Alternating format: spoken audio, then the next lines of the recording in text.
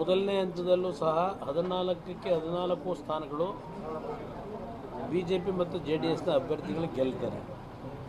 ಎರಡನೇ ಹಂತದಲ್ಲೂ ಕನಿಷ್ಠ 13-14 ಸ್ಥಾನಗಳು ಗೆಲ್ತಕ್ಕಂಥ ವಾತಾವರಣ ಇದೆ.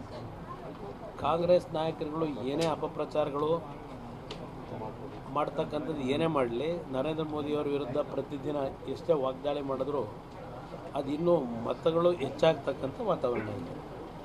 ಅದರಿಂದ ಈ ಚುನಾವಣೆ ಇವತ್ತು ದೇಶಕ್ಕೆ ನರೇಂದ್ರ ಮೋದಿಯವರ ಒಂದು ಅನಿವಾರ್ಯತೆ ಏನಿದೆ, ನಾಯಕತ್ವದ ಅನಿವಾರ್ಯತೆ, ದೇಶದ ಭದ್ರತೆಗಿರ್ಬೋದು, ದೇಶದ ಆರ್ಥಿಕ ಪರಿಸ್ಥಿತಿಗಳು ಸುಧಾರಣೆ ಮಾಡ್ತಕ್ಕಂಥದ್ದು ಇರ್ಬೋದು, ಅವರು ಅನಿವಾರ್ಯ ಅಂತಕ್ಕಂಥದ್ದು ಜನಸಾಮಾನ್ಯರಲ್ಲಿ ಭಾವನೆಗಳು ಮೂಡಿದೆ. ಇದು ಒಂದು ಭಾಗ. ಜೊತೆಗೆ ಕಾಂಗ್ರೆಸ್ ನಾಯಕರುಗಳಿಗೆ ಅವರ ಅಭಿವೃದ್ಧಿಗಳು 11 ತಿಂಗಳಲ್ಲಿ ಏನು ಮಾಡಿದ್ದೇವೆ ಅಂತಕ್ಕಂಥದ್ದನ್ನು ಹೇಳ್ತಕ್ಕಂಥ ವಿಷಯಗಳಿಲ್ಲ.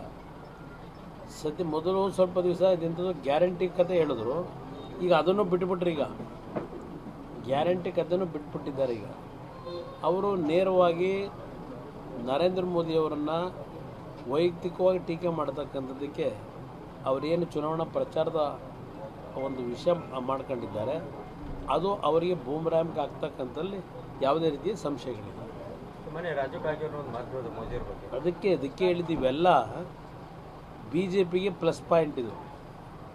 ರಾಜು ಕಾಗೆ ಅವ್ರ ಹೇಳಿಕೆ ಇರ್ಬೋದು, ಅಲ್ಲಿಂದ ಅದು ಎಂಥದೋ ನಿಮ್ಮ ಹಾಸನದ ಘಟನೆನ ನರೇಂದ್ರ ಮೋದಿಯವರಿಗೆ ತಳಕಾಕಿರ್ತಕ್ಕಂಥದ್ದು ಇರ್ಬೋದು, ಇದೆಲ್ಲ BJPಗೆ ಪ್ಲಸ್ ಪಾಯಿಂಟ್ ಆಗ್ತದೆ ಅನ್ನೋದು ನನ್ನ ಅಭಿಪ್ರಾಯ.